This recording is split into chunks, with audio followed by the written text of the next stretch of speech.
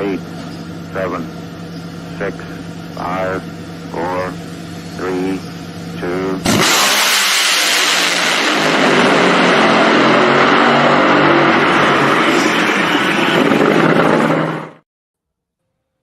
The Power Hour is live. Hello, folks. Lee Kraft, a.k.a. the Monday Morning Racer here, and over there, Mr. Dujanay Bland, host of the Not Bland Show as well. We're ready to talk all things NHRA finals and more. Plenty of points of discussion from the NHRA finals and beyond. Dujanay looking forward to having a good show with guests such as the champ in Pro Stock Motorcycle, Gage Herrera, and Buddy Hull, who had a fascinating final race for his rookie season as a full pulling, touring member and in funny car. Yeah, man, it was a great finals, and I'm looking forward to the show as well. Looking forward to talking to Gaige, and I'm really looking forward to talking to Buddy too. He had some real candid things to say, and I think some things that we both can agree on as well, and we have said in the past. So, yeah, going to be fun, man. It is going to be fun, and what a fun, exciting, drama-filled, harrowing, breathtaking finals it was for the NHRA. You know, for everything that people may fuss about concerning the NHRA, and we're going to do some of that later as well. Yeah. Nonetheless, I think the finals, for the most part, lived up to what was advertised and beyond. My money was not on Greg Anderson, for example. And the old man, the greatest competitor in Pro Stock ever, as I like to say, he got the job done again. I really thought this year was going to be a year that it was going to be a fresh new name, not Greg Anderson, not Erica Enders, and Greg Anderson showed up in his boots to the black tie affair and ruined the party. Yes, he did. I keep saying he pulled a Jaden Daniels and threw a Hail Mary and got it. He was on, the car was on all weekend. His reaction times after first round were in the 30s. He stayed in the 30s all day long after that. And man, the car was just performing lights out.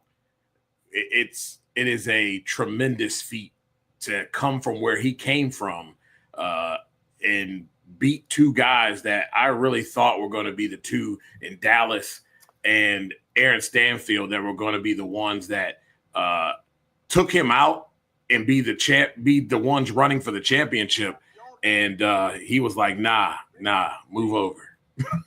Right. Yes. And we all knew that there was that chance, there was that shot, but I don't know of anyone that picked Greg Anderson except Greg Anderson and his team. And maybe we all learned, do not count out Greg Anderson. He certainly, just a couple of years ago, he was like, yeah, I think I'm going to retire. I'm going to get out of the seat, but my son in it. And he found something that has rejuvenated his time in his hot rod and with that team and driving. And he is performing and continuing to add to the legendary status that is Greg Anderson in Pro Stock. To everyone commenting, thank you. Feel free to comment. And Randall Gee, appreciate you commenting from X. We don't see that a lot. If you're out there on X, comment and like it and exit. I guess that's how you say it. You don't say retweet. Yeah. I guess it's exit now. And, let folks know. But thank you for watching on YouTube as well and on Facebook. Hit those like buttons, hit the share buttons. Gage Herrera on the show momentarily, and then Buddy Hull. Dujanay, no shock, obviously, that Austin Prock is able to clinch in qualifying. What a tremendous year the Procks, plural, have had. That team, John Force Racing, in 2024. They go on, though, and for, again, the distinction, for the first time at a NHRA sanctioned event, we see 340 miles per hour in 1,000 feet eclipsed.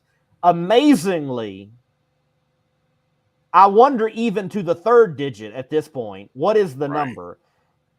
341.68.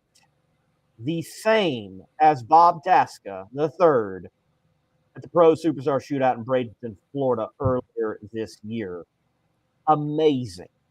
Amazing. I looked at it, and I know Reinhardt took a little bit of flack for the call, but he was just like the rest of us.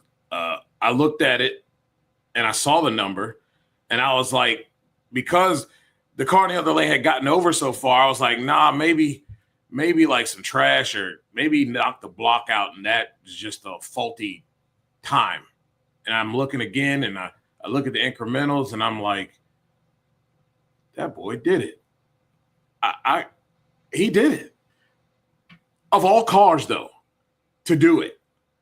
I think Dave was pointing out on my show, they picked up 3 mile an hour. They hadn't run that fast or even close to that at all year. And to pull that out, I'm like, y'all just showing off now. I mean, you run low ET, you reset record in the ET department, and then you come out here and with go 341.68. Look, Bob Tasca's a little salty that he wasn't the first one to do it at an NHRA event. I can tell you that.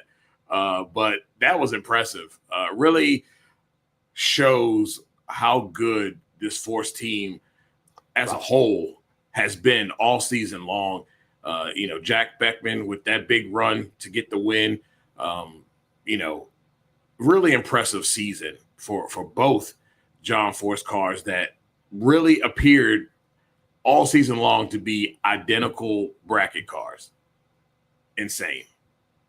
Impressive. Look, for the John Force particular team, John's car, what a turnaround too. Yeah. To go through in particular what they did, putting Jack Beckman in the car, stellar performance out of them as well. And I know she wasn't in the title hunt, but for Brittany to come away with a 5th place finish in the points, huge. I know they want championships, but they were able to pick up some steam toward the end of the year and come away with a top 5 finish. That is nothing to laugh about and to, snobbishly say, oh, well, that wasn't a good run. No, they picked up the performance and ended out the year in a great fashion. So you've got the John Force Racing funny cars, 1, 2, if I remember correctly, and you've got Brittany in the top field car in a highly competitive field, a year in which she set out a race, a year in which she did not qualify for a race,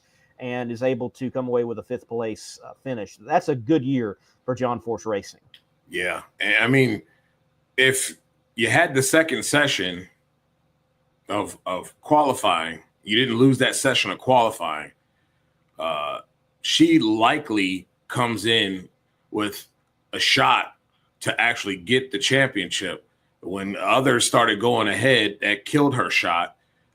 She still could have finished second, and it would have been a really tough pill to swallow because she would have finished second, I believe, tied with Doug Coletta, and missed it by 2 points. That's the session right there. But very impressive for them to end on that note with the consistency they were able to bring, running the numbers that we've been used to from this Monster Energy drink car, and Grubnick at the helm. It was really, really beautiful to see. And yes, with the way that they have been waffling around all season, trying to find their way and to start to piece it together in the countdown and finish the way they did is definitely impressive. 5th, they worked hard to get out of the basement. Let's just say that. They did. And Top Fuel, what a slugfest going into Pomona. Battle Royale, if you will, of competitors. And I really thought this was Justin Ashley's year. And I didn't think they could come any closer to a championship and not come away with it but somehow that did happen. They got that much closer, but yet do not come away with a championship in NHRA Top Fuel. Justin Ashley eventually will be a champion in this sport. He's got to wait yet another year for that to happen, possibly. But Antron Brown does it again, continues to solidify one of the greatest of all time in drag racing, especially in Top Fuel. And oh, how sweet it must be. I did it, and it wasn't a DSR car. It was my car. Yeah, so impressive. I had talked to Brian Karate earlier in the season, and they just seem he just seemed so relaxed. Just seemed that the mood with the team and everything was just so relaxed. And to see Antron in this moment, one of the toughest moments, you got to go up against Ashley in the first round. You get up there and we have this plane crash, which sets you back 2 hours. So now you got to think about it more. You probably have bubble guts coming into it. And now you really got bubble guts. And those two guys put on a show. And to come out of that, man, impressive. And then, the tire smoking event, so unfortunate for Langdon to not even have a shot to try because of all of that. And, throwing the burst panels out, the safety system, throwing the chutes out, unable to do anything about it. They come out of that, man, and you really could start to doubt a little bit and maybe even get a little nervous. Even the crew chiefs could have got a little nervous after that run, but they came right out and did what they had to do against Brittany. I think if Brittany's car would have held, she definitely would have ran in the 60s and did what they had to do and ran that 69. That was impressive. And then to finish it off with a 68 in the final, Antron was 38 on the tree, man. 38 on the tree in the final. Impressive stuff from them. It is amazing feat for a lot of these guys. Clay was still in it midway. It was, coming into it, I think you had at least 7 or 8 involved, but you had Clay, they threw haymakers. That 68 early couldn't beat Brittany, but I mean, what a number there. Just a little late there on the tree, but they ran a 65 in the first round against Tony, and Tony still being in it. That was kind of had a little bit of a nostalgia feeling the way things were going, especially during qualifying, the way that they were running. You almost kind of felt like if he could get out of the first round, he might do one of those things they have been doing all season, just kind of, hanging around, just doing what they have to do and just making clean passes and getting their way there. But man, so much fun there. And you talk about the 300 to the 8th for Coletta. So impressive. It's the second one to ever do it, but like Lonnie said, Clay 299.40 to the 8th. There were a few other people that were pretty close to running 300 to the 8th. So a lot of impressive stuff there. And throwing that in too with Brittany, she had the second best countdown in Top Fuel.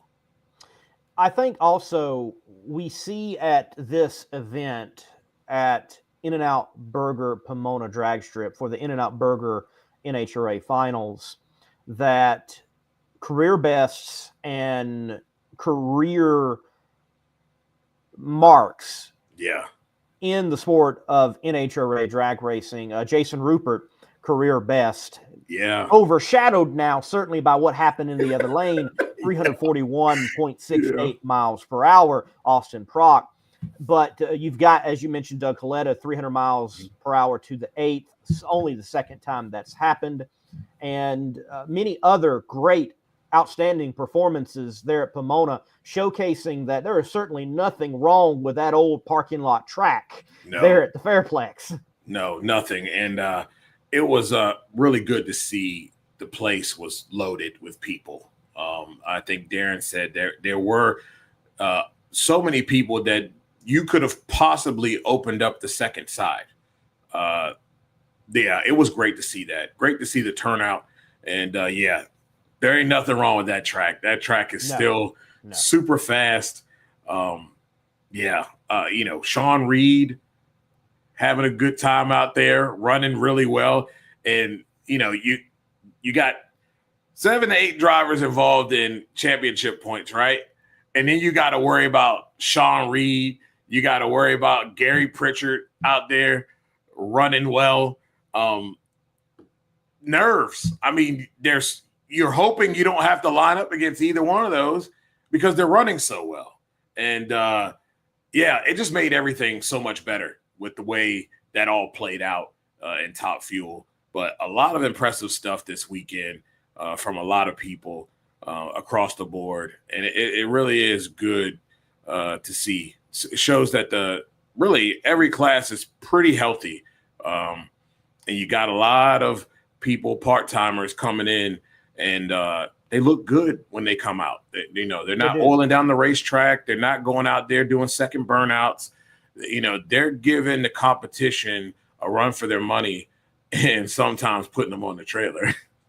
Absolutely. And, we see that from TJ Zizzo, Doug Foley, Kyle Wurtzel. Definitely look at the progress for Travis Shoemake with his car this weekend. He wasn't in it, but it was Gary Pritchett. So that was good to see. If you all recall, I called earlier in this year with everything that Pritchett had been doing, stepping away from crewing duties full time with the Torrance camp and him stepping into a top alcohol dragster and stepping into some bracket racing, going here, there, doing this, just about everything he could. I'm like, wait, that Top Fuel debut is coming, and it did in style. Love the Bunny and the Boys car, paying tribute to Bunny Burkett and team members and Bear and so many others, as he is affectionate known as Little Bear.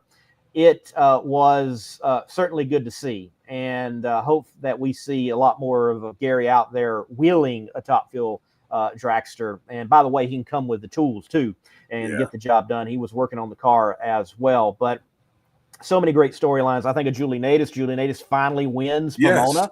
She kind of counts that as her home racetrack in here in the States, though she's from Norway, and for whatever reason were never able to get a win at Pomona, though she's had a lot of national event wins in Top Alcohol Dragster and a world championship, was able to nab a win there. And definitely we know she's looking forward to a career in Top Fuel and no longer Top Alcohol Dragster. Sean Cowie is crowned a champion and has been striving for that, and won for the methanol burners, the blown guys, in a heavily dominated nitro burning class at this stage of its existence.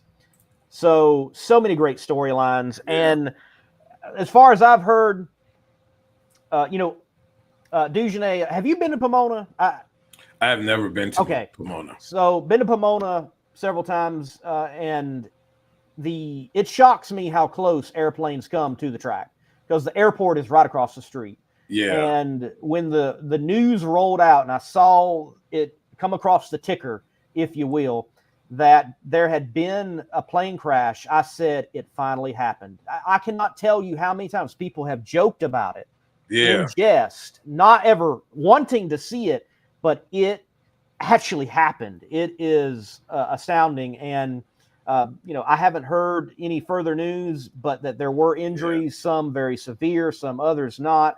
But so glad it is no worse than what it was. And what a wild moment at the drags. Yeah, very wild moment. And, big kudos to the NHRA Safety Safari. If they weren't on the scene, maybe these people that were injured, maybe they don't survive. They were, from what I understand, there were people that were out there also helping, but the Safety Safari being on point, getting there as quickly as they did to help those individuals in that situation is impressive. And it really just speaks to what they do for the races on the racetrack. And they are top top notch, and they were able to do that in that particular situation, and that's pretty cool. That's pretty cool, and save some lives. It is. I have always been one that was surprised at how busy that airport is. It's a busy little airport right next to the track, and I kind of wonder after this incident, and in the past there also was an incident of a plane apparently hitting a scoreboard at one time, that I wonder what changes might come for planes and when there's an event and how they're coming in. I'm so obviously don't want to see an event like this happen at all. No. But I'm so glad it landed where it did, and it didn't land in the pits, because we know how crowded NHRA pits can be. It landed in the RV area, and everybody else was away, apparently, and you come away with what is, I think, almost minimal for talking about a plane crash. Yeah. It could have been a lot worse, and just think if it was an hour sooner before start time, everybody's in the pits and everybody's roaming around, likely even in that area as well. People are standing around just waiting for things to get started. A wild moment, but everything kind of worked out to where it wasn't any worse than what it could have been. And man, the whole weekend was wacky and wild. But yeah, it definitely worked out to where minimal damage was done, and nobody, at least as far as we know as of now, has passed away. So that's great. Spectacular finals overall, and it caps off a tremendous 2024 campaign for the professional drag racers, the NHRA Mission Food Drag Racing Series. And I can't wait that we get beyond just now a couple of weeks, 3 weeks. We're going to be at PRI. We know big announcements are going to be made. I'm still looking forward to the announcement that Glenn Cromwell alluded to when we had him on the show about some different type of packaging to take NHRA drag racing into other markets. I definitely am going to keep my ears open for that one in particular, but we know that there will be big announcements from teams and from drivers and from owners, and there's so many rumors swirling out there of who may be coming into the sport. It is going to be a great PRI just for NHRA drag racing, not mentioning all that will be announced beyond. But drag racing certainly isn't done. We have the Winter Series that is going to be firing up in Florida. I know that Rockingham Dragway, their Dig or Die, the Christmas Bash, that's coming up here soon. That's the back of the track, no prep drag racing, dig or die. I mean, huge event in the no prep back of the track drag racing scene, and that's going to be taking place. Drag racing is certainly not gone silent. It is still full blast. Just step in the shop at McKinney Corp and other places. There's no such thing as an off season. By the way, our friends down under, they have burnt the methanol, the racing gas, and the nitromethane, kicking off their seasons down under as well. So drag racing, it hasn't stopped, ladies and gentlemen. Nah, it really hasn't. Not at all. And I believe there's Man Cup here coming up. I think it's in December or something like that here at South Georgia Motorsports Park. So, a lot of stuff going on. I want to give a shout out to AEW and, getting one half of the Acclaimed out there in Darby Allin. That was awesome. Saw one of my favorites from the OC, Tamara Judge and her wife, Eddie. That was pretty cool.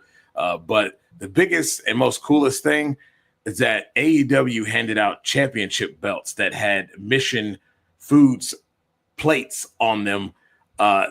Good job, Tony Khan. Good job. That was awesome. I want to start seeing some of these drivers going on shows and making sure they're displaying their AEW championship belt. Look, all those collabs are cool. We've talked about it. We know it. We've been there. We are. I don't watch wrestling hardly at all anymore, but there was a time diehard wrestling fan. It's a world that just connects. It does. All right, and there is transfer, so that is certainly cool to see. And yes, like we need Austin Prock on like Good Morning America. We do. Oh, and yeah. Talking about 341 miles per hour, talking about rookie year in a funny car in that class, not as a professional, Right. winning a championship and doing it for arguably the biggest name in the sport of drag racing, John Force. Yeah. I mean, I smile every time I think about it. It's just, it is a storybook season. Like, it's so wild to see. And we talked about it after he made that mistake.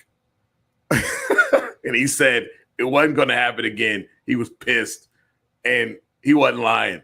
It didn't happen again at all. He just kept throttling the competition. It's just insane. And so fun to watch. So fun to watch. Now, I know people have their issues with Pro Stock Motorcycle, but you have to accept and enjoy the history that's being done before us. You know what I mean? With Absolutely. Gage Herrera and what he's doing.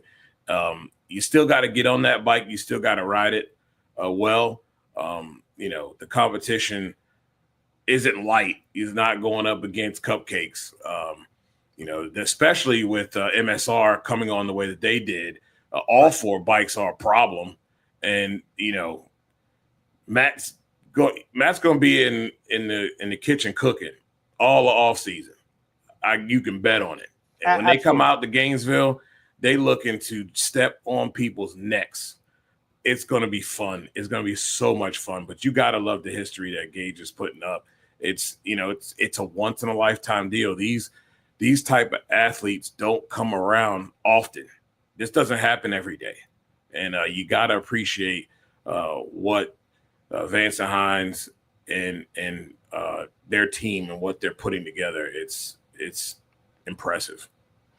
It certainly is impressive. And we do have Gaige scheduled, but we haven't seen him pop into the green room as of yet. So if we do get Gaige on, folks, we'll bring him on as quickly as possible. Until then, we do have Buddy Hole slated for later. We'll keep yapping here on the Power Hour. Jump in the comment section with us and let's chat up about the NHRA finals and what a spectacular event it was. You speaking about Pro Stock Motorcycle, you know, Matt Smith doesn't come away with a championship, but he does make a statement. He wins that final race and he says, we're still here. And you are absolutely correct. Matt Smith is going to go in the offseason and he's going to work his tail off. One of the hardest working people out there in NHRA drag racing.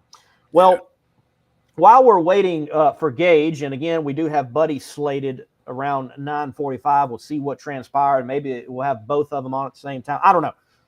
Live. Never know what happens. Exactly. It does happen. We also had come out on Monday the Rookie of the Year vote. And this is one of those moments. We had Glenn Cromwell on a couple of weeks ago, maybe 3 now. Worth going and listening to that episode. So glad for his time. But he did mention that, you know, we need more shows like this, even when you all are critical. Yeah. And yeah, I've got to be a bit critical. Look, congratulations to Tony Stewart. But I do think that this vote missed. Badly. And I wonder, because those that voted, they're members of the media and they're insiders in the sport.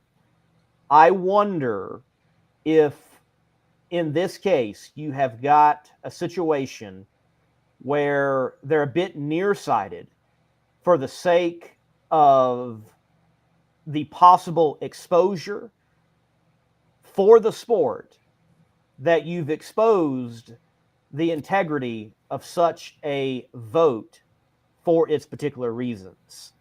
Because what I am fascinated by in the article, it highlights what he did over the year. And I'm like, okay, what about Richard Gaston.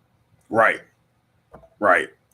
Because to me, this vote didn't have anything to do with numbers, but yet you want to state numbers. Well, let's give you some numbers.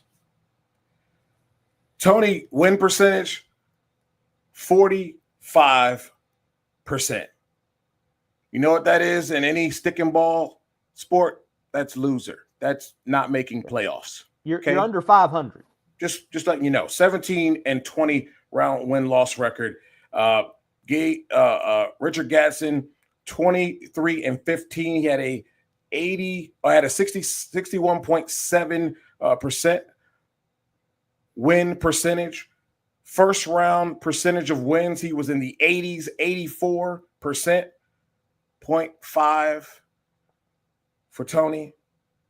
Average qualifying position 3.5. Tony 8. 3 finals for Richard, 1 for him. You look at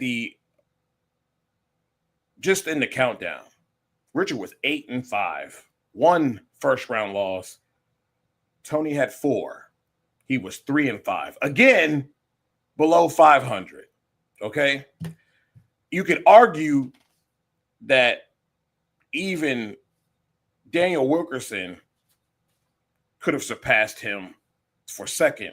He was 5-5 in his last 6, only 1 first round exit, and he had 6. That's right, 6 first round upset wins. Tony, 3. Look, numbers don't matter, obviously, and apparently they don't, because we see that with our participation trophy countdown.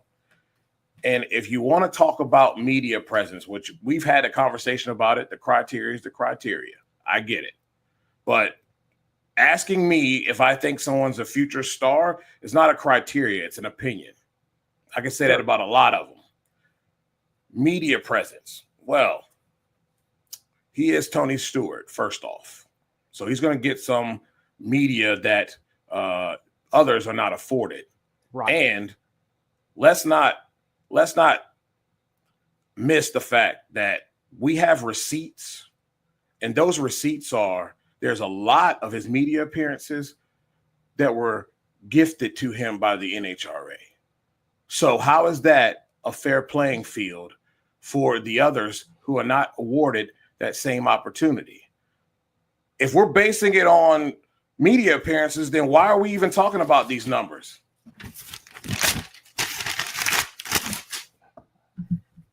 What is it for? Yeah, I mean, the criteria is, hey, look at races attended, look at what they've accomplished in the season, look at what they've done with the media, and look at their potential of being a future star. And is Tony all of that? Well, yes, he is. But when you look at the sport this year, who crosses all of those dots and yet also has the best numbers? It's Richard Gaston. Yep. It's embarrassing to have a vote. And to me, fans don't have a vote yet. We had a lot of fans voting. I think it's a good way to put it. Again, I feel like there is a nearsightedness for the exposure for the sport, while the trade-off is a loss of integrity for something that should be very meaningful. I feel like this is something where they've cheapened it. Why even bother voting? And it's like the Heisman. What does it really mean? Exactly. Yeah, I'm really, really embarrassed about it, and heated about it at the same time, because now it just feels like the Hall of Fame vote, the Heisman, it's just popularity contest and who's liked the most. And I thought we'd be better than that, but obviously I was wrong. Yes. Again, and congratulations to Tony. Nothing against him. This has nothing to do with Tony Stewart. It has, if anything, it has to do with my fellow members of the media and those who have a vote. Yep. Piss poor. I just did you not read the criteria? They didn't care. It's quite obvious. Didn't care. You look at the numbers and you look at what was accomplished, and Again, y'all got what y'all I look at it this way. If I right now am NHRA Pro Stock and NHRA Pro Stock Motorcycle, I am going to have my own social media channels, and I'm going to crown my own Rookie of the Year each season. Yep. Because it's also apparently an emphasis on nitro. Yeah, it is. You're not, it's not denying it. That's for sure. So, yeah. Yeah. I'm trying to be professional here. Not pleased with this one. And it frustrates me because it's not even something we can peg on the NHRA to a degree. No. I mean, this isn't just a NHRA vote. This is fellow members of the media and other insiders voting. And look, if you're out there and you voted for Tony, you missed it. You dropped the ball, and I have to question your ability to properly vote. Fanboying it. That's Yes. what that was. Yes. There's no other way around it. Very, very embarrassing. It really is.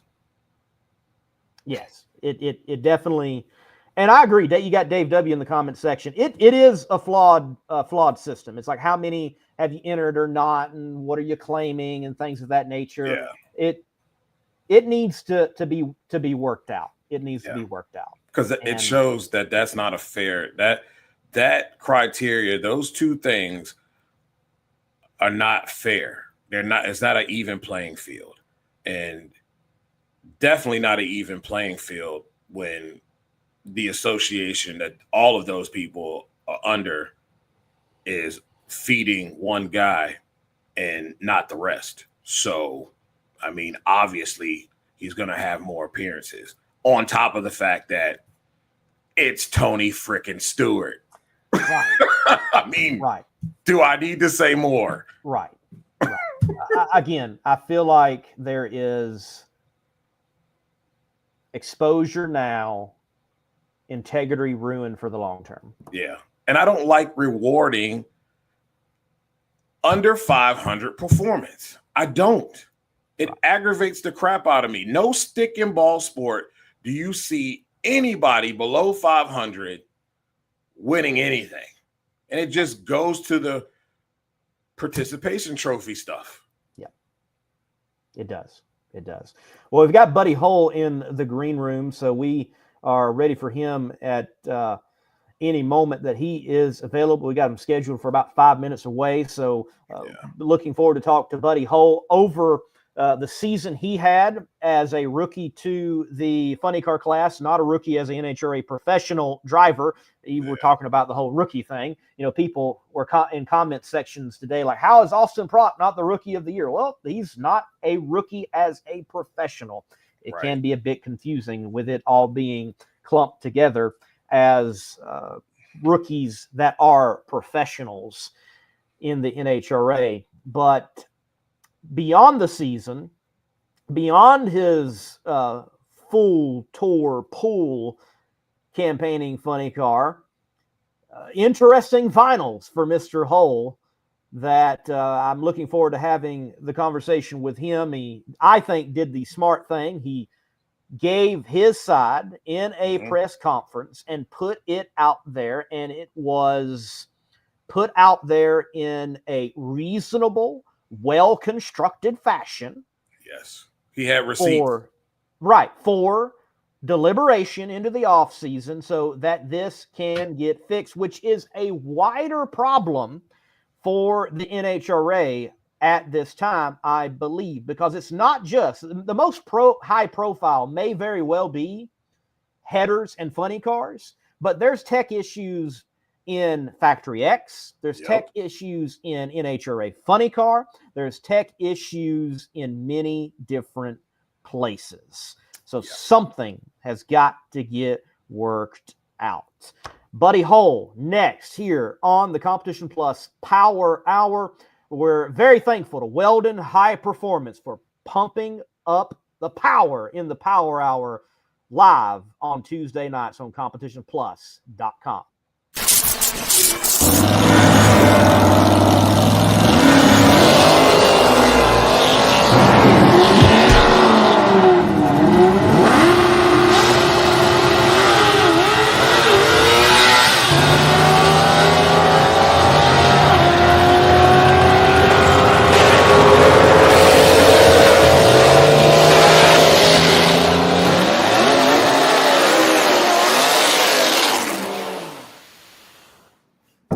man, I don't care what colors, what the livery looks like. The Moon Funny Car with Jim Dunn Racing always is styling and profiling at the Fairplex. That was awesome. Yeah, I mean, when you think about Moon, you think about classic hot rodding. If you think about classic hot rodding, you think of Southern California. So every time we go to Pomona, we get to put that Moon livery on there and just rock it out. The fans love it. We didn't have the best weekend, but I think more people took a picture next to our race car than any other out there. So it's pretty cool. Yeah, definitely cool. I know a lot of people, I've seen a lot of fans being critical of the season that you had, but I don't think people realize exactly what you guys were going through. I know we talked several times this year, and a lot of new stuff going on with this team, man. Like, you guys had new parts, new car, new everything, and you're trying to figure this thing out, and you're not at liberty to test as much some of the other big teams. So talk a little bit about that. Yeah, well, first of all, if this were easy, there would be a lot more racers doing it. I feel like, overall, there are a lot of racers that race at a lower level that could actually financially, swing running a nitro funny car or a top fuel dragster, but they steer away from it because of the level of work that's involved, along with the amount of know-how and time commitment. So, it's a major deal, and to put all these parts together from all these many different manufacturers and deal with the conditions and make them all work together is just not simple. However, it's doable. And we are, even though it may not look like it on paper quite yet, we have made strides. From the beginning of, let me back up, from the end of last year to the end of this year, in terms of areas of our race car, parts that are bolted on the car that affect the car's ability to run a big number, every single part and piece are in fact pretty much different. New superchargers, new fuel pump, new cylinder head program, completely different brand of cylinder heads, different brand of superchargers, a completely different style of camshaft in every single way. We went from a 5-disc clutch to a 6-disc clutch, and the list goes on. And what that means is, when you make all those changes, you have to figure out how to make those parts work together. And it's a situation where we love all these brands. We love KJC, USD, Lascura, Vertex, True Brand. These are great people, but the truth is we don't quite have the budget that a JFR has or a Coletta Motorsports. And so we can't stay after on 5, 6, 7 Mondays a year and test our race car. So we do what we have budgeted for, and we're very thrifty with our money. And this year was a pretty good year for us in terms of not blowing up a lot of race car parts and keeping the car together. I attribute that to the team doing a great job putting the car together every run, and Jim working towards having a safe tune-up. And then when the car is not acting the right way, I always took my foot off the pedal. I always say, when it drops holes, it don't get better. And sometimes I had to leg it down there to get us in the show. But that's just part of drag racing. But overall, what we've done this year is, even though it doesn't show on paper, we've moved forward leaps and bounds in terms of performance. And over the winter, we're going to make some more moves that I really think will help those parts work better. We're going to be getting a brand new race car, and I think that's going to make a big impact on the car's performance.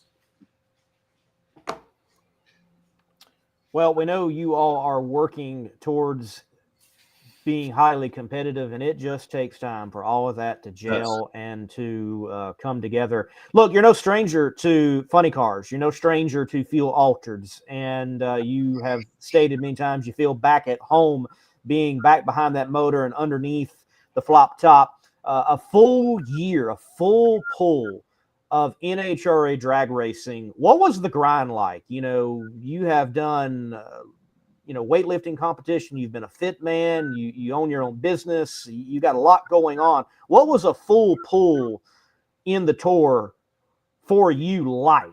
Let's do more. That's what I'll say. Let's do more. From my childhood all the way up to this point in my life, and I think all to the point where I'm no longer breathing, I will match my work ethic against anybody's and say if someone can outwork me, I want to meet them and I want to learn how to do it. I refuse to let anyone on this planet outwork me. It's just my attitude, my personality. It doesn't matter if I'm working towards, building my business or being the best race car driver I can be and being the best, husband and father that I could be. I don't sleep much. It's no secret either. Everyone knows that you often see me first out of bed downstairs at the hotel lobby having breakfast, and all the other teams are coming down there because I'm down there working and whatever I do. So, schedule to me means nothing. Sunday, the only difference of any day of the week is Sunday, because Sunday is a day of worship. Other than that, Monday, Saturday, Friday, they're all the same to me. Sometimes I'm not even sure what day it is. I just know what the date is because it doesn't really matter. I treat my life that way. And I'm thankful to have met my wife that allows me to run that type of life. And of course, we have a son, and they go everywhere with me. I even take them across the country sometimes when I'm traveling on my job sites, because we're a nationwide company. Vertex works all over the country now. So that's a blessing. But man, I don't want the season to end. I know we need a break because everybody needs a break, a reset. And I know we need time to put a new race car together. But the truth is, I don't really want to break. I just want to keep going. Seasons come and go. And my idea of seasons has nothing to do with the temperature outside or the holidays that are around. It just has to do with how you treat life. And so, if I could just race 11 and a half months out of the year, I'd prefer it, and work and be a great dad and a great husband and be with all my friends and be inspired. That's all I ever want to do in my life. I just want to work hard and have fun. Yeah. You do a lot of hard work, and it is hard work to get a car ready. The adverse conditions and situations that were thrown your way and the team's way here this weekend. And I've talked about it. Many folks have talked about the fact that there needs to be a little bit more professionalism, and you can't have a professional outfit and an amateur hour when it comes down to tech. You guys had your headers deemed not fit, throwing you guys out of a race that you qualified for. I appreciate you having the press conference and laying it out there, and eloquently laying it out there. Could you explain to the fans who did not see that how that worked and why they disqualified you? Sure. A couple of things I want to touch on that I missed in the press conference, because I want to talk about some new things along with some things I touched on the press conference if you missed it. The first thing I'll say is that, Jim Dunn's been drag racing for 74 years and never been disqualified for a illegal part on his race car up until this past Saturday. So, first of all, I'll say that I'm always protective of people that I care about, and that pissed me off. Jim's great to me. He and I have an incredible relationship. I'm thankful for the opportunity he's given me. And so you got to know that actually pissed me off. Someone messes with my friends or my family, the gloves come off. You can mess with me. I'm good with it. But, to me, Jim, John, they're responsible for that race car. And, I don't like it when people mess with us. I'll take that to my grave. I'll go to blows over that. The second thing is we don't manufacture headers, and we don't manufacture blocks, heads, manifolds, superchargers, chassis, or anything. So we buy these parts, we bolt them on the race car. All the manufacturers are building them to spec. And so if everything is built to spec, right from the manufacturer, because there's many cars who run the same headers as us, same blocks and same heads, which means that the angle shouldn't change. If you understand how these race cars work, they just kind of bolt together like a Lego. They all stack up, starts with a block and then the heads and the manifold and the blower, and the headers go on. And so the dimensions aren't really something that you can change unless you ask it to be changed.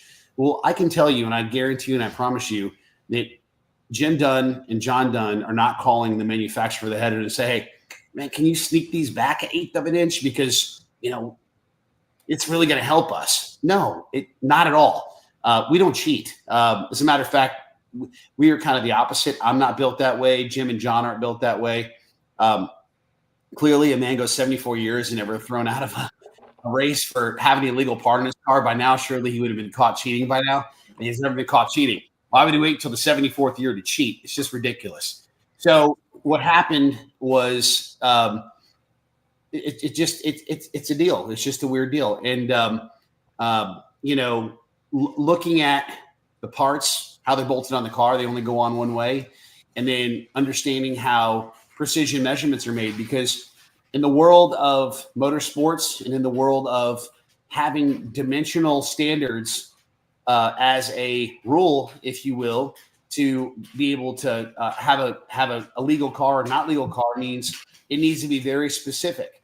If something says 40 degrees, it doesn't mean 39. It doesn't mean 41. It means 40 degrees. And if you can't measure exactly 40 degrees or 50 or 60 or whatever the number is, because we can talk about many other parts that have measurements on them. If you can't measure a part specifically with the tools that you have available, then there's a problem. I don't care what anybody says. If I show up to a I'm a contractor by trade. I own a general contracting company. If I tell one of my customers, I'm sorry, I just can't measure your foundation, and I just can't make sure that your ceiling grid is flat in your facility, and I just can't make sure the toilet is the right height for ADA standards because I can't measure it correctly, I am fired. I'm fired. There's no way I'm keeping my job. I'm going to be fired. Right? Right. Can't. I am fired. So I feel that that's how everything should be. If you are an individual, a company, a sanctioning body, a group in a sanctioning body that is policing measurements, then you better have an extremely accurate way to measure it. Otherwise, you're going to get pushback from guys like me who are passionate about what they do. Hey, the truth is, I love NHRA. I like all the tech guys. I have no personal issues with the tech guys. I don't drink, but I'd still go have a beer with them. I'd have lunch with them. I'd have a coffee with them. It's not personal. It's business. And the business is, we're out there, professional drag racing. We're representing our sponsors. We are on Fox Sports TV, NHRA TV, and we expect a lot of ourselves. And I think it's okay we can all agree that they expect a lot out of us, and it's a good relationship. So I also want to say that it's not personal with me at all. It's actually the opposite. I'm still going to smile, and I'm still going to shake their hand and give them a hug, and I'll probably even jab at them a little bit. Maybe I'll buy them a children's protractor or some shit. I don't know. That's just how I am. It's all fun. It's all love, but I feel like that if you're going to be measuring angles, then you need the proper tools to do so. And I agree with you on that. I worked in the aerospace industry for 10 years. I was a quality assurance inspector for 7. So I understand about precision. And when you're talking about cars of this magnitude, you need to have the proper tools. You need to come up with something that is standard, that is tangible, so that you can measure. I had an individual, Dave W., owner and founder of Drag Race Reference. He asked about if they could pull the car on the scale with you in it, and have some sort of contraption that goes over the car, over the headers, and measures them that way. Do you think that would be a better way of doing that? Because the scale is probably the most levelest thing in there, and then measuring it with, like they do anyway, with you guys in the car, really gives them probably the most accurate way or ability to be able to measure. But like you said, I mean, they all built the same. So yeah. Well, it's, what are we after here? Are we after what the dimension is when they're on the race car? Or are we after the dimension that they are after, or they're before they're on the race car? Because there's a couple ways of looking at it. When you build a header, it goes in a jig, and you put the flange on there, and you start laying up the pipe, and it all matches up. You weld it up, and it's done, and they're all made the same. I promise you, I guarantee you, I'm pretty close with almost every team and crew chief out there. No one is cheating. There's no one laying back their headers. There's just not. I mean, we're over that. We've proven they're hard to drive. There's no driver out there that wants to drive them laid back past where they're at right now. We're over it, right? There's other ways to find performance. So No one is cheating. So we're also focused on something that I don't know why we're focused on it. It's so crazy. Yeah, right? it It's is like ridiculous. we're living in the past, right? We all know the standard. That's what it is. But, if you're just talking headers themselves, they need to be measured off the car. They need to, come out of the jig from the manufacturer, and before they ever have a flame put through them, they go to NHRA Tech, they put it in their own jig, they verify that it's the correct angle or the maximum and not beyond the maximum. They can be lesser, but they just can't be greater than the 40 degrees. And serialize them, stamp them, hand them back to you.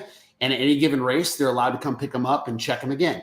However, one thing that we haven't discussed yet, either in my press release or on this Power Hour right now, is that metal changes when it gets hot and cold. It moves around, and we have exhaust temperatures sometimes of close to 1,800 degrees. So between 1,800 degree exhaust temperatures, along with the actual pressure coming out of the pipe, it does distort and change the headers every run.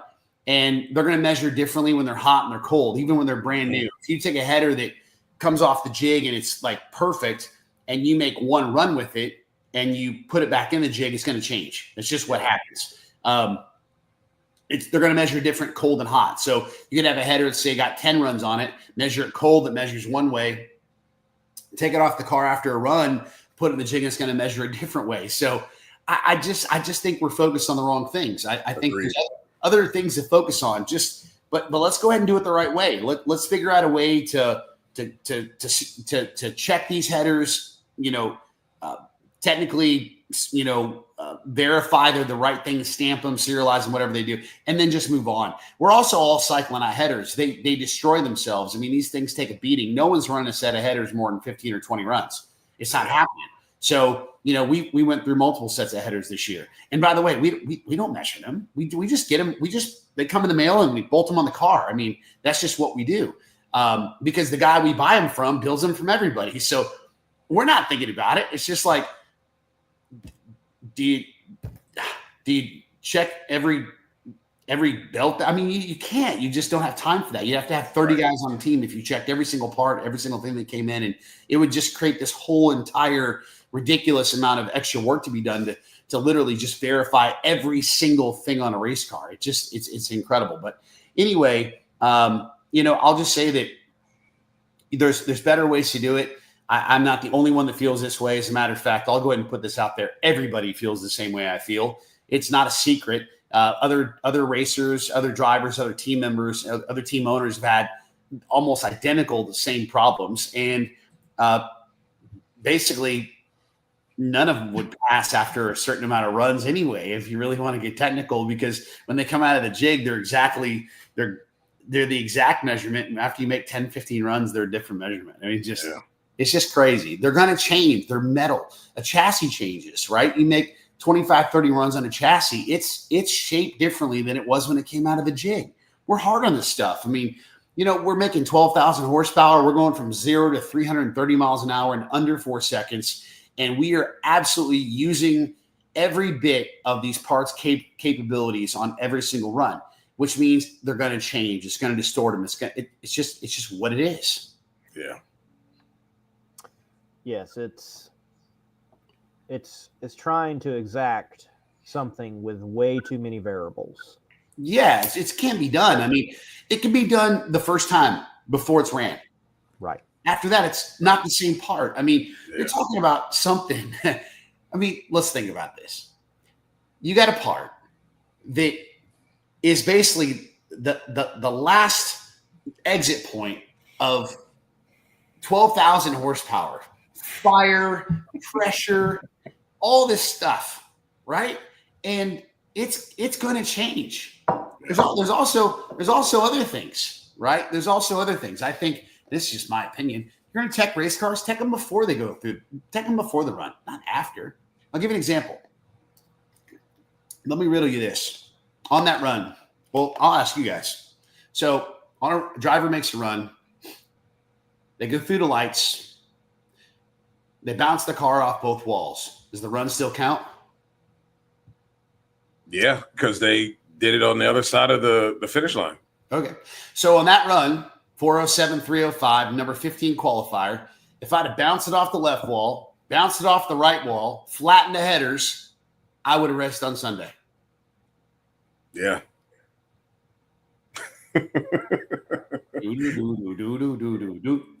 Exactly. Right. Makes Right. no That sense. doesn't make any sense. Right. Doesn't.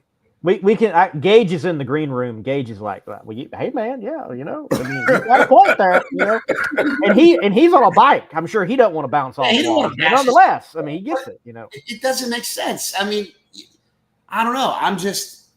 I'm a man of logic, right? In everything I do in my life, I'm a man of logic. I've always said that. That's to me, that's all I know, right? I just know to master the basics of anything. It doesn't matter if it's business or my construction company or driving the race car or working on them. I work on cars too. I love the mechanical side of race cars. So, and I don't know all the rules. I don't know all the rules, but I know the majority of them. And if I don't know one, I go look it up. And anytime I'm involved in something, I will research it to the death's end. I won't sleep over it. And the part of my research is understanding that, those headers could be destroyed after a run. The run can count,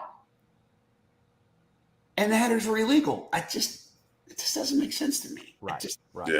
Can't. I can't put that in my head. I can't put that in my head and say that that makes any sense at all. It just doesn't make sense. Period.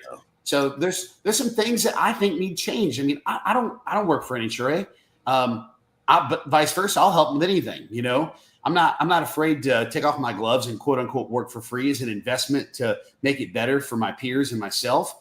I'm okay with that. I doubt they want my opinion right now. They probably don't like me very much right now, but that's okay. I still love them and they're going to get over it. I'll give them all a big hug. I don't really care. You know what I mean? It's just business in the end. I want to race on Sunday.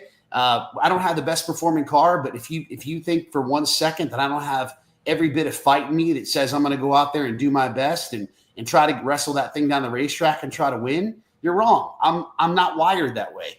I'm wired to win. Even though I'm not winning, I'm wired to win. And I won't quit anyway. I'm not going to quit. I ain't going anywhere. I'll eventually win. It's just going to take sometimes more time than other people. That's just what it is. Yeah. Right. Yeah, it's very frustrating when you have so many that are within an industry that have been doing it for so long, experts, and they find a situation like this to be filled with error. And you have the industry, if you will, say, we're not willing to make any concessions here. So last question I have for you for the night, we're having you on, buddy. What do you want to hear from the NHRA? Have you heard anything from the NHRA? How does this conversation no longer be a conversation, but there is actually legitimate action and there is a change in the process, or at least can we get for the competitors? Yeah. If you have a header that y'all don't make, y'all order it, and it's built to how it's supposed to be, but when it does change and you get knocked for it, it's not a disqualification. It's we need you to change your headers. Yeah. Well, so I don't know where I have not heard from NHRA. I don't know if I will or I won't, but I'm always open to a conversation. That's for sure. Not sure if they're, take my advice or opinion or whatever. I'm probably not at that level but regardless, I'm still allowed to state my opinion, and I've stated it, but I'll help them any way I can. If they'd asked me for my help, I would happily get involved. I would, I'm a contractor by trade. If they want me to,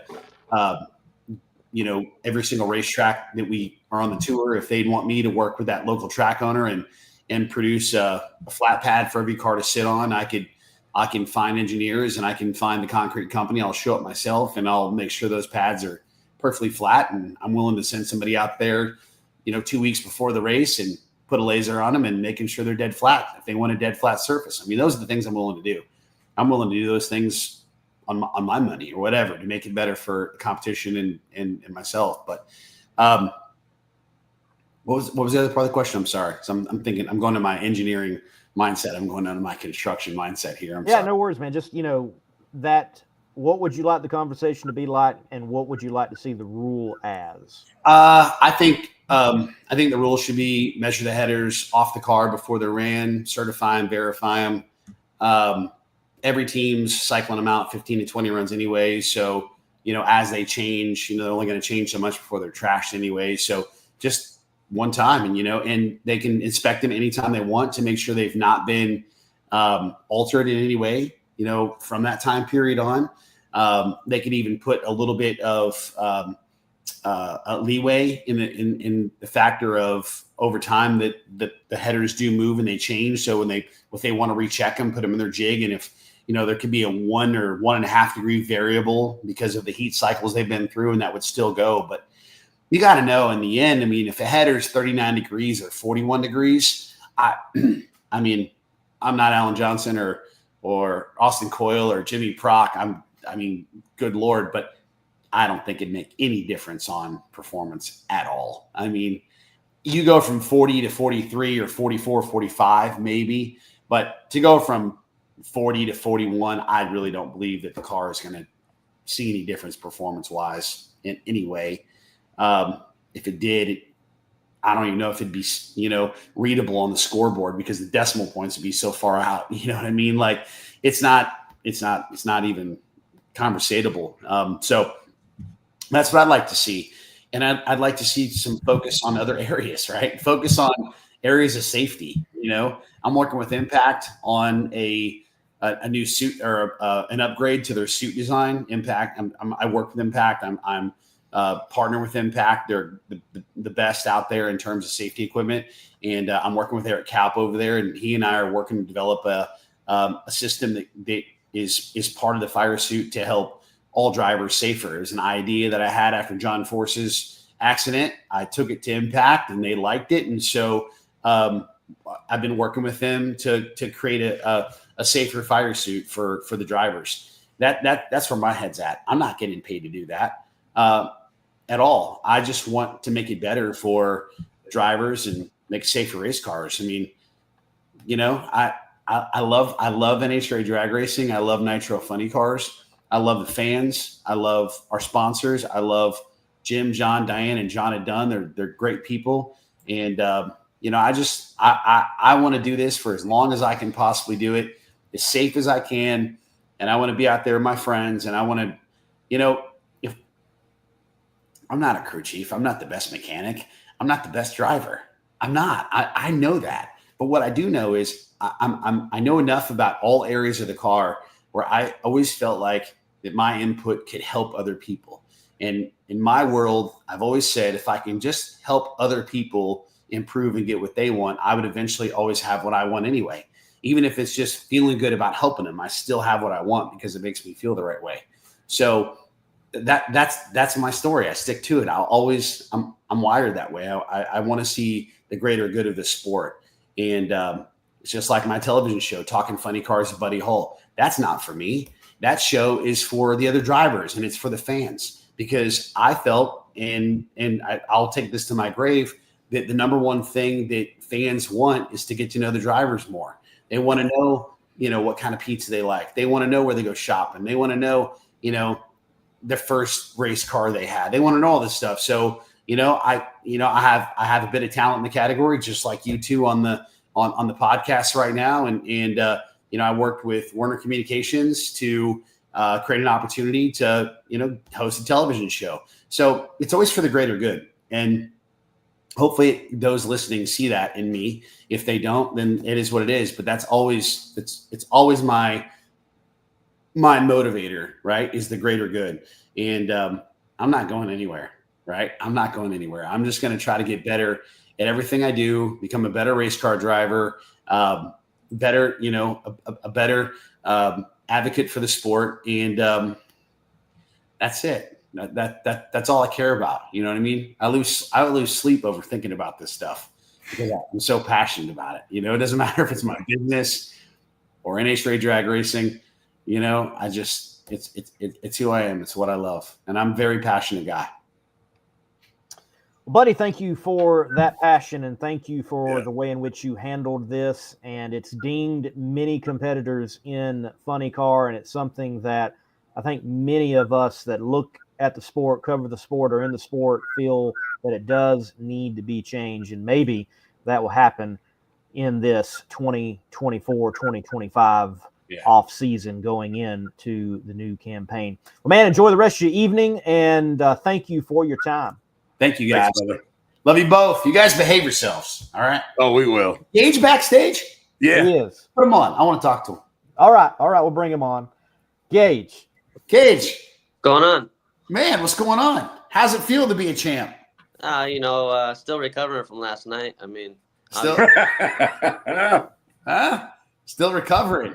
Yeah, still recovering a little. Flew back today. That was a little brutal, but Yeah, me too. Good. Man, I just want to say congratulations and give you some good news. You don't have to worry about headers. Yeah, right. I still can't believe that either, but yeah, it's a shame, man, that it came down to that, and you got the short end of the stick there for sure. It happens, It's just, I don't feel sorry for myself, and I certainly won't pout about it. But I'm also not somebody that's going to be quiet when I don't feel that I was treated or my team was treated fairly. I'm more so upset for Jim and John and Diane and Jana. You know what I mean? And our sponsors. Moon Eyes. That car was beautiful. That thing should have been on the racetrack on Sunday. You know what I mean? So that's really what fires me up. And I'll never back down. Mess with my friends or my family, gloves are off. No, exactly. You got to, fight for everyone that helps you accomplish what you want to accomplish. I mean, it's not like you went out there and set track record or something either, so it's like, it's a shame. Yeah. 407, 305.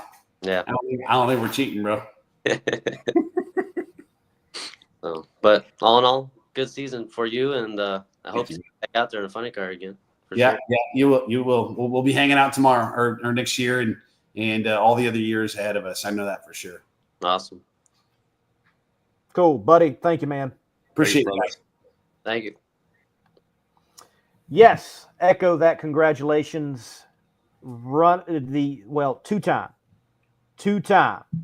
NHRA Pro Stock Motorcycle Champion, back-to-back, Gage Herrera. That's great.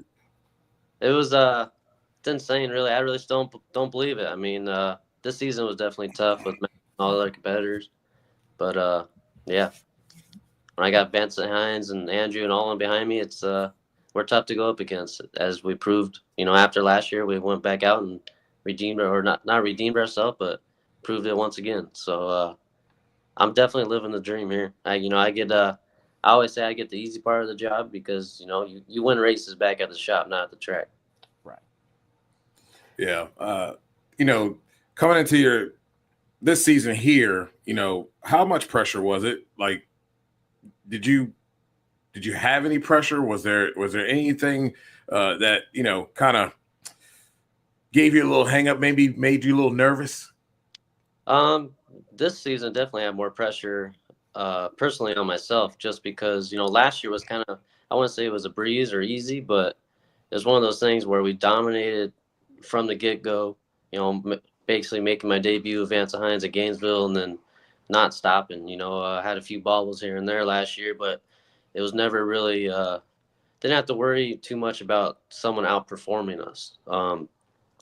This season, obviously a lot of the bikes were right there. I mean, Chase Van Sant flat out outran me in Seattle and stopped my consecutive win streak, so it made me apply more pressure to myself to have to, drill the tree as close as I could. I mean, like in Indy, I had a perfect light, which that's basically just a terrible red light in my the way I look at it, but I got lucky there. So it was definitely more pressure on myself personally, not so much the team. They did the same thing this year as they did last year, which is just focus on giving me the best machine possible. So, yeah, I mean, just me applying pressure to myself to try to be as much of a robot as I can be. I feel like that was the biggest thing, this season. And, after Saturday with the little mishap with the points where I needed one more point to clinch it. And then, going into Sunday for first round, we had a bunch of little delays there, which were very unexpected. No one would have ever thought that. And then me racing the bike that I made my debut on 2 years ago in Indy, for first round, I even told Gary Stouffer that owns a bike, I said, I'm going to be really pissed if the bike I made my debut on takes my championship away here. So that was probably the most nervous I've been since running pro stock motorcycle. But all in all, we came out on top. And I'm excited for what's to come. It's just going to keep getting harder and tougher, just from all the other teams and us. It's just it's becoming a lot of fun. And, with my teammate Richard, we're always pushing each other in the trailer, back and forth on what, we both need to perfect on or improve on just to be better as a whole team for sure. And, but when we race each other, we're not really teammates. So going into the countdown, looking at the situation, I know here on this show and just off the show, Dujanay and I were like, hey, we might actually have a fight here. And it's not just handed to Gaige as it was last year. And there was some fight, but you come out on top. Like, was there ever a time during the actual countdown that you're like, ooh, that was not a good move. Like, we lost some ground? Or was there this supreme confidence through it all that, okay, we've had some people gain, but we're going to gain that much more on them when we're still going to win this thing?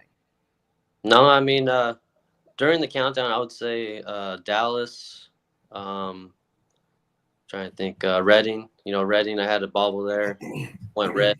Granted, Matt lost right in front of me in Reading, and then I lost the same round. So we both didn't gain points or lose points on each other, but Hector and Richard got pretty close to us. And, with that being the first countdown race, that kind of is the most important, I feel. So, but then there and then Dallas for sure, I felt like that wasn't, and Charlotte and Dallas, we all kind of felt that wasn't our race to win, which I didn't win Charlotte. Matt did, which gave him the points lead. So, it definitely, it never seemed like an easy road, going to the championship, especially in Dallas.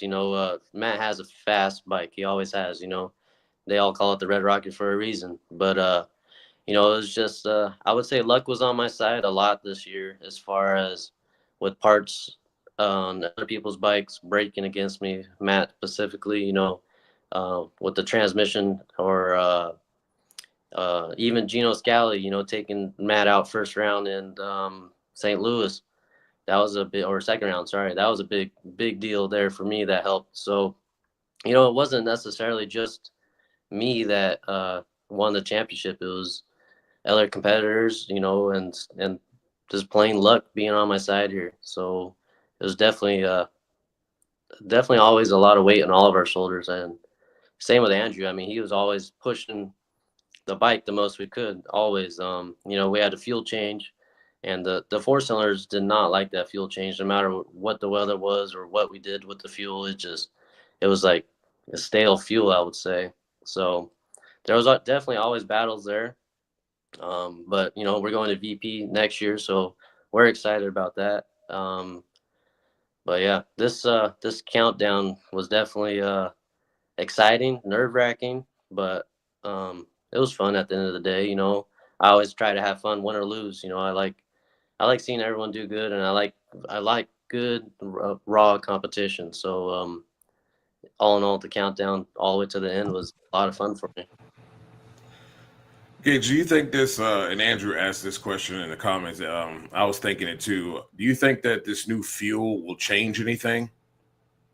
I think you'll see the performance kind of pick up a little bit in the bikes for the four cylinders and the V-twins. We're going back to VP C25, which is what was ran 10 years ago. And it's still a very good popular fuel nowadays, and a lot of different naturally aspirated classes, cars and bikes. So I think you'll see it'll be more consistent from track to track as far as with the weather changes and stuff. At altitude, you really can't fight that, but with humidity and stuff like that, it's just going to be a better all around for the fuel. I don't know what other changes are coming this off season. You never know. I feel like the parity is pretty good right now. Matt went a 70 in the final to my 72, and trust me, we went up there wringing my bike's neck to because we wanted to get that win. And, but Matt had the best machine all weekend in Pomona, and he earned that one. So hats off to him. And, but yeah, with that fuel change, I feel just the overall consistency of the whole class you're going to see it tighten up because, like the Sunoco and the inline fours with, especially with carburetors, like Steve Johnson, for instance, once that fuel changed, you've seen him fall back quite a bit. So I think it's going to help him pick back up. And it probably will tighten up the whole weight packages. I mean, right now, I'm 660. I believe Steve Johnson's 625. The Buells are 630 or 635. And then the two valves are like, can be 570 or 575. So that's, 90 pounds difference compared to me. I feel like I said, the fuel coming back is going to kind of tighten that up and even out the playing field a little better. So, 2024 NHRA Pro Stock Motorcycle Champion. What do you think about the Rookie of the Year conclusion? The Rookie of the Year deal, I didn't realize it didn't only go off of performance-wise or stats. I didn't realize it went off so much, media stuff as far as, like some of the drivers, they go throw the first pitch at baseball games and stuff like that, or go on, news channels and stuff. So I feel like there's a little bit of a disadvantage in that aspect just because I really don't know any bike guys or anyone that does that. I mean, I know like the very top guys, like obviously Tony Stewart does it quite a bit, which he has for NASCAR and so on. So, I feel like Richard kind of won it on a landslide as far as stats on the track and qualifying, average and number of rounds and all that stuff. But at the end of the day, it's the people's vote and congrats to Tony on winning it. I wish it would have went different. I mean, I'm not saying that only because he's my teammate. But yeah, I did not realize that all that other stuff came into play on that. So, yeah, like I said, still congrats to Tony on that, and congrats to Tony and Leah on having another son, Dominic. Yeah. I was thinking about, you mentioned the weight, and I don't know whether I don't like changes in the middle of the season. I really don't. I don't think that's good for anything, whether in any type of sport. With those changes, though, I'm not sure if they were exact to what Matt Smith was talking about. Do you think those changes helped, in all aspects for the entire class, even some of the guys like Hector and Steve Johnson as well? It didn't help Hector for a while there because he couldn't get his bike light enough to meet the rules. Yeah. So it goes both ways. I mean, us as bike riders, we kind of I wouldn't say starve ourselves, but we're on a pretty strict diet as it is, to get these bikes. If we have to add weight, put it where we want or take it off, So it did help and then it didn't help for sure. I mean, like the two valves, for instance, obviously I'm really close with Gary Stouffer, and to get those bikes that light, then you don't have weight where it needs it, and then it's hard for weight transfer or to control the wheel speed. So right now, I just feel like they're way out in not left field, but they're just so spread out that it's kind of hard. Obviously our bikes are 660, and then we definitely, that last amount of weight definitely hurt us there. And not only that, I wouldn't say stopping, it definitely plays a toll there. I mean, that's obviously where you usually see accidents on motorcycles in the shutdown. So, and not only that, like Buells, for instance, this is one thing I haven't understood all season long. Pretty sure Matt set the speed record at 6:45 back in Sonoma. I don't remember what year it was, going 2:05. And now that he's 10 pounds lighter, he hasn't been close to that with the same fuel and everything. So it's like, that makes me scratch my head a little bit as a racer and a bike builder, tuner and stuff, because I know a lot about these things and, just motors in general. So that kind of makes me scratch my head there. But, we'll see what happens this off season, and we're going to do a lot of testing, and, we're going to come out swinging next year. So Gage Andrew in the comment section wants to know your thoughts on the parachute for pro stock motorcycle. The parachute. It's a good idea in some aspects, but then, like, to me, as an actual rider, the crosswind's the worst thing on motor. Chase Van Sant in Dallas, he was hanging off the side of that thing just because of crosswind and hit his knee on the ground. And if we have a bad crosswind and you're leaning off the bike and then you got a parachute pulling you with the crosswind even more, it's going to be even worse. Yeah. And not only that, if someone crosses the line, in front of you and the shutdown with their parachute out, that's going to be bad. It's just, there's some pros, there's some cons, it goes both ways. I mean, you see what happens with funny cars or dragsters when they cross over and the parachutes get wrapped up in the other car, just imagine if it, gets wrapped up as actual human being, not only just a bike, it could be ugly. So like I said, I feel like it's a good safety thing and then I don't. So it's right both ways for sure. Yeah, y'all are doing something in the motorcycle world that many in the motorcycle world exist in the luxury of racing or competing on a track designed for motorcycles in mind. And drag strips really aren't designed with motorcycles in mind. You look at a road course, there's runoff, there's hay bales, there's flat track, hay bales on dirt, things of that nature. Outside of the absolutely wild men of the Isle of Man TT, most places, if you wreck on a motorcycle, you've got a situation where you're not right up next to a barrier that's concrete. So, yeah, pros and cons. Yeah, for sure. Yeah, you don't have much room to slide on your back or roll. You're either bouncing into a wall or something else. So, yeah, that's a big I wouldn't say disadvantage, but that's a big difference we got, drag racing over road racing or motocross or anything. So there's a lot more things to hit, bounce off of. Unfortunately, I have hit the wall before, and it's not too pleasant to hit. Only imagine. Well, Gage, look, last question for you from me. Thank you for coming on and giving us the time to chat with you. Congratulations on your championship, your second championship, and doing it in a row. But overall, from where you were and the hard work that it has been for you to put in to get right here, and in the short amount of time it pay off to such an extent that you could say, I'm done riding today, and people would argue of greatest of all time and what ifs. Can you sum that up? Has it really hit? Does it sink in? Do you go back to work and you're welding and you're doing the millwright stuff and you're like, man, I'm a badass motorcycle rider? Does it happen under the hood? What happens, man? No, I'm a pretty humble, humble guy. I just I let the hard work show. I've kind of dedicated my whole life to drag racing.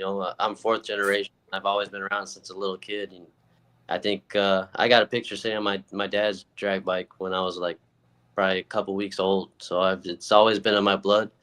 But it's none of this comes easy. It's all about the preparation, the hard work, the sacrifice, the dedication, and I feel like a lot of it hasn't set in as far as what has been accomplished, because I always set my goals so high for myself. I even though I have accomplished so much already, my goals are still through the roof. I feel as soon as I kind of take a breath and like, all right, I could relax now, I feel like that's gonna be the time that I need to stop racing. When you stop pushing yourself, or I'm gonna have to do something else, get in a car or do something. But no, I try to just, I think that's what one main thing that helps or makes me keep a day job is just to come back to reality. You can't forget where you came from. That's my biggest thing there too. And how much hard work and dedication it takes. So, and I don't, I wouldn't be where I'm at today without my team. You know, that's the biggest thing when drag racing. It's not a one-man sport. So, you know, it's not just my hard work and dedication, it's theirs as well. So, you know, I feel like that keeps me sane there too. You know, it's not just me. You know, it's just a whole combination. You know, I have a great group of guys behind me, and that's the reason I'm excelling is because of the people that I have behind me. So, I mean, yeah, like you said, I feel like, yeah, I've accomplished so much. I don't know if I'm the greatest all time. You know, it takes a lot to get there. You know, like Dave Schultz, John Myers, all those guys, I look up to them. You know, I mean, Matt Smith and Andrew with their 6 world champions and championships. You know, I just hope I can even put my name, you know, next to Andrew one day to get, you know, even close to that. I mean, you know, Ed has 4. So it's going to be a long time before I ever think, you know, that I'm at that level for sure. Well, what if? And you're working that out. You're working that out. Yeah. Gage Herrera, congratulations. Thank you for the time, and rest up and get back to work, man. Thanks, guys. I'll talk to you guys soon. All right. Adios. Later. There. Gage Herrera, good dude out there in the NHRA Yeah. professional ranks, and good to have him on, chat with him, the first champion we've got on the show. We hope to have them all run through the show here on the Competition Plus Power Hour and chat with them and get their take on their seasons. Honestly, I think out of all of them, I know Austin Prock. I mean, what a stellar year. Yeah. But I really, it's Greg Anderson. Like, I want. Yeah. It is. Where, man, you know, youth and exuberance or age and treachery. I mean, just wow. I mean, he you know, he did he pulled a 45. I mean, you know, I'm looking back at numbers, and when he came up against Dallas or Andrew, his lights just weren't enough. And the car really hadn't been there like that. And like it had been in Pomona. Yeah, he had a little bit of professor in him. He had a little bit of professor in him. That is the one to talk to there. For sure. Agree. I agree. I mean, look, want to talk to them all. Obviously, it's Antron. Great story. Congratulations to him. We'll have him on tomorrow. But Greg in particular, I think, is one that just, like, I don't know what the numbers were, but I feel that so many were looking at Dallas and Aaron, and that this was the year, and the old guard still, yes, taking charge, taking lead, and grabbing yet another championship. Absolutely spectacular. Well, Dugenais, let's close the show out on this. Andrew asks, biggest surprise and disappointment of the season. Oh, biggest surprise and biggest disappointment.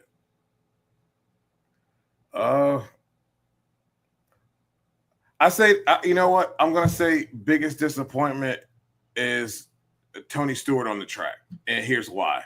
That car the year before was on an upward trajectory and was rounds away from winning a championship. And it just seemed like we're seeing in a lot of NFL teams,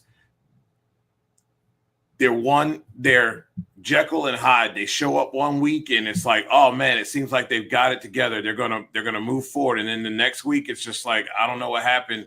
You know, they struggle. So just them not being able to find the level of consistency during the regular season and pick up where they left off. And I know there's some changes, especially with Tony getting in the car, changes the way the car responds versus Leah, who is lighter. But you know, it just never got there. Biggest surprise,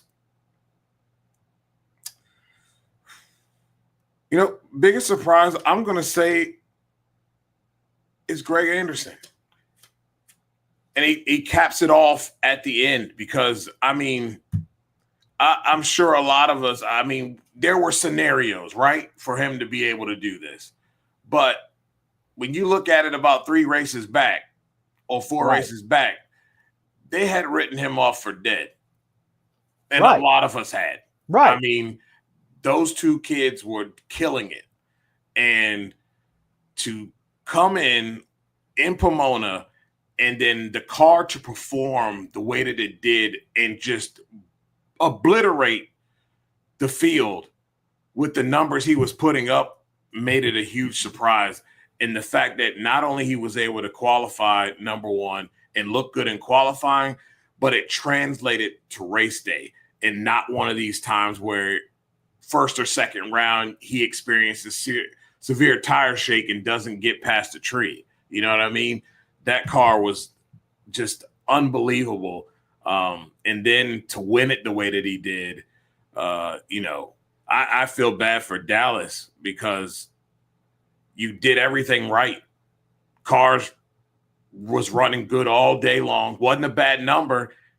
Greg was just a little bit better. The car was just a little bit better in that moment. Yeah, Greg Anderson would be that surprise for me. I could certainly concur concerning Tony Stewart. That would be one of my picks. I agree with you. I feel like Tony drove well enough. Just the car wasn't always there as it was the year before. And it may very well go to show you just how challenging vehicle dynamics is. Yeah. Body, you know, look, the Tony Stewart is not Leah Pruitt. And what I mean by that, the distribution of weight, he's a man, he is bigger, he is taller, and, you know, I'm not saying he's overweight or anything. I'm not saying that. He weighs more. Yep. Weight, you know, vehicle dynamics must play a big part in all of this. You know, you take, you know, Matt Hagan, for example, his crew chief, Dickie's able to put weight in different places because of Matt and just the shape of his frame compared to like a Ron Capps. Yeah. I will go. I also, you could mention biggest disappointment. I think Camry Caruso could be thrown in there. Yeah. What an abysmal year after the incident there at Phoenix, and just not really able to recover. She was able to come out to some races, but just not able to recover, not able to, at least this year, showcase all the talent and the ability and the opportunity that was bestowed upon her in years prior. Yeah.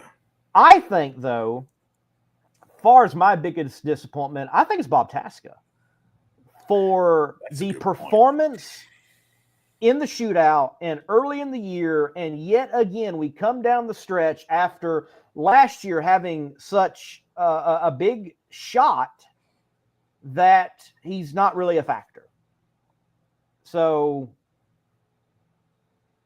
to me, yeah, that was tough. That's the biggest disappointment. You know that Bob and Brooks and Okahara, they're going to be tough, and they're going to work things out, and they're going to come out swinging. And I think by the time Bob Tasca is done, he will be an NHRA Funny Car champion. Yes. But we keep having these moments for him in his career, and I know he's got to be frustrated. You know, I'm just frustrated for him. I'm a Ford guy. I would like to see him finally get over this precipice and be a champion in NHRA Funny Car competition. And it just has not transpired. And I think from where they were at the zenith of the sport, setting a record. And what I mean record, I get it. It's not an NHRA event where they did it, but the fact is the history books have been wrote into of who did it and who did it first and when it was done and how it was done. It's been done. And we are in a day and time where more people know about it than ever before. We know. So you go from that, and you go from the early performances and overcoming controversy and still performing, and yet toward the end of the year, just not really there. I think that is the biggest disappointment. Biggest surprise. That's one that is a bit more challenging. It is. For biggest surprise. I think there's so many that could be that biggest surprise. I think you could throw Ida Zetterstrom out there and the way in which she performed and coming out strong. Obviously, biggest disappointment. We don't want to take biggest surprise and it be another negative kind of one. But for biggest surprise, I think we're looking at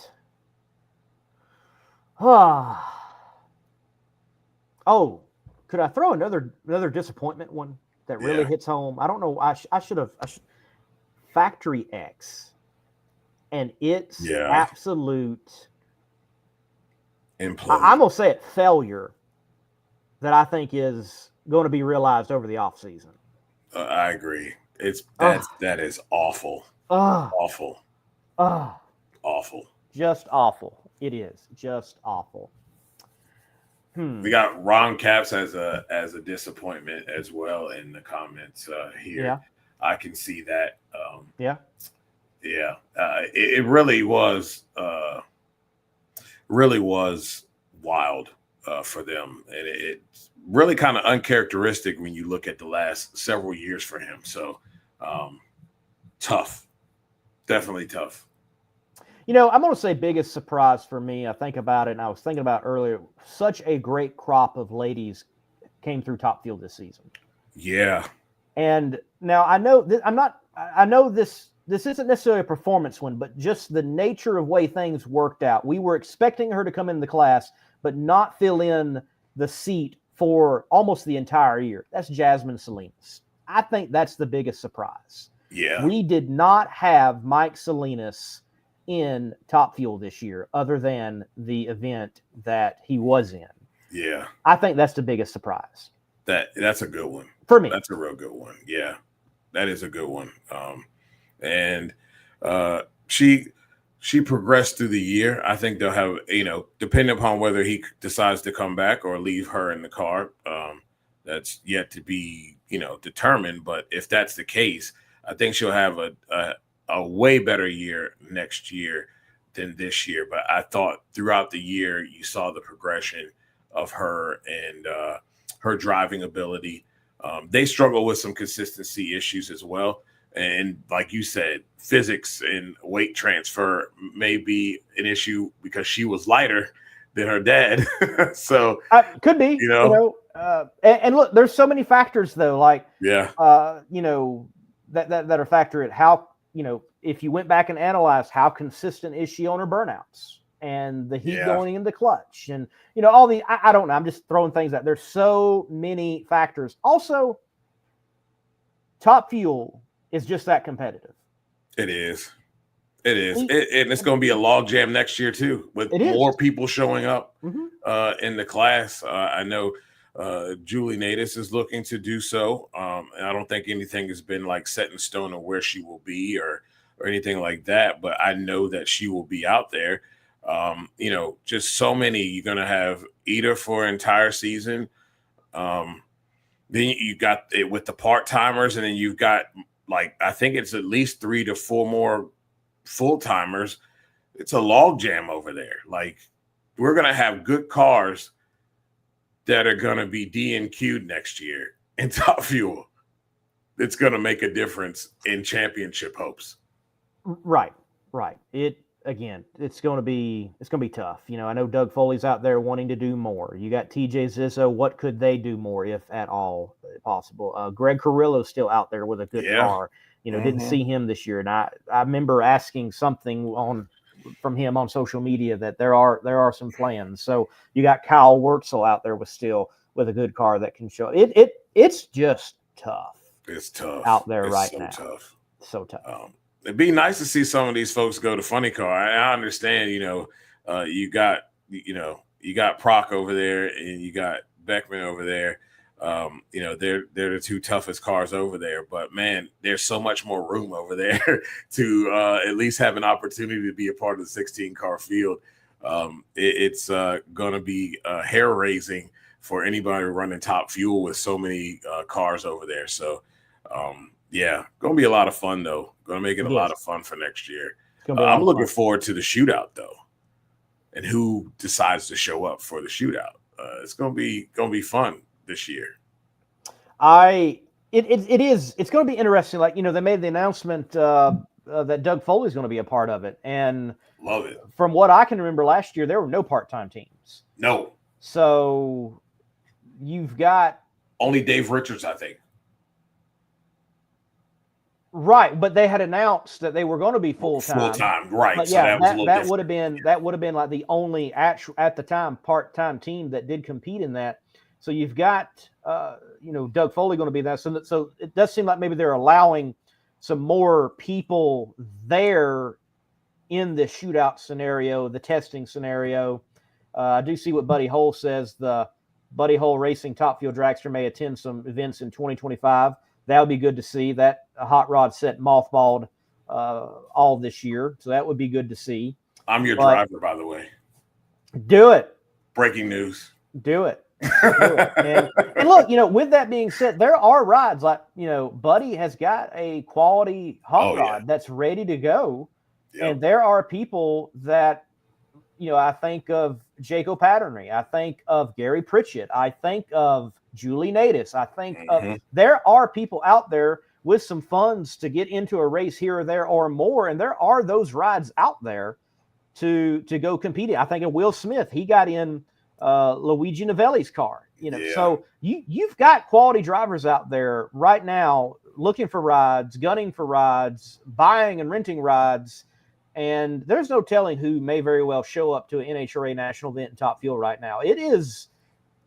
We are looking at one of the most competitive, if not the most competitive time for Top Fuel. And we said that years ago, just 3-4 years ago. And now we're saying it again. It is insane. It's insane. It really is. We talk about some of us who are, 80s babies talk about the glory years, but I really believe that we're in that time period right now. When you look back at history and you really start to analyze it, yes, there were great groups of cars, but there hasn't really been a time up until recent that you can go to an NHRA event and you may be one of those cars in that event, or you're a spectator, and come up and in first round of elimination see a guy who's a part-time racer go out there and not blow it up at the hit of the throttle, do a second burnout, or get it down the track. It sounds sick before they hit the throttle and then blow it up and it throw ups all over the racetrack and we've got a delay. All of these part-time teams come out well prepared and well-oiled machines, even though sometimes these teams get together and they get together not as frequent as others, and they are giving the big boys a run for their money and at times putting them on the trailer. We didn't have that back in the day. I mean, you knew it was rare. You knew if Bruce Linton was out there, he may have made a couple qualifying passes and may have kept it clean, but you knew on race day, you might as well just get ready when he come up for a delay because he was going to oil the racetrack down. Yep. So, I mean, that's what I find remarkable. And that's in every class. You talk about pro stock, and it helps that there's great rides out there to jump into. You talk about funny car, just doesn't matter, part-time or not. Everybody's well prepared. And for the most part, it literally is an accident if somebody holds the track down. It has become far better. The sport is in a good place. We just got to figure out how to measure headers. Yes. Oh man, in this day and age, that should not be an issue. You know what I mean? That should not be an issue.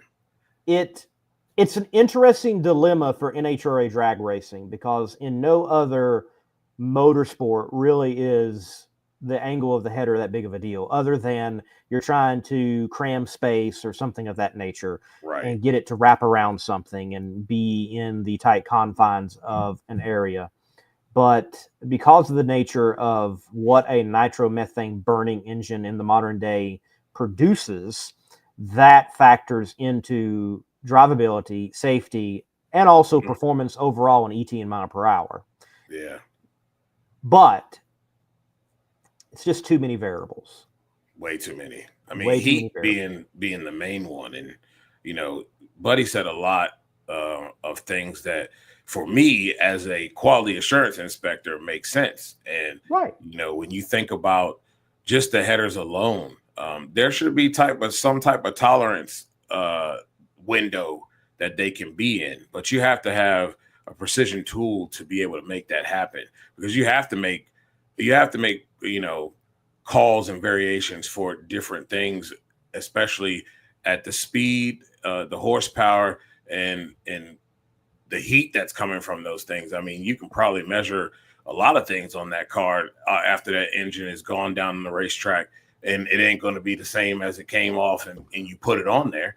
So that's just common sense. That's just the laws of physics and you know, what we know is in science. It's just fact. You know what I mean? It's nothing you can do about that. So there's got to be a better way. And, you know, that's really kind of very minute problem that you need to be worried about. There's bigger things that should be factors, not whether my headers are not out of tolerance after I've made 12 runs on them. Right. Again, I don't mind it being policed, but I think the penalty is far too great to throw somebody out. Right. I mean, obviously it wasn't that big of a deal, because if it was that big of a deal, then maybe they should have ran a 395. You know what I mean? Like, if it's making that big of a difference, obviously it's not making that big of a difference, right? Because they were in the range that they've always been in all season long.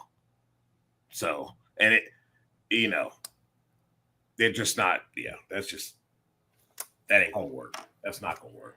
Well, folks, look, thank you for your time in joining with us here on the CompetitionPlus.com Power Hour. Buddy Hull, Gage Herrera, thank you for your time coming onto the show. And we're going to close it out tonight. We look forward to being back with you. I think we are not scheduled for next week, with it being the week of Thanksgiving.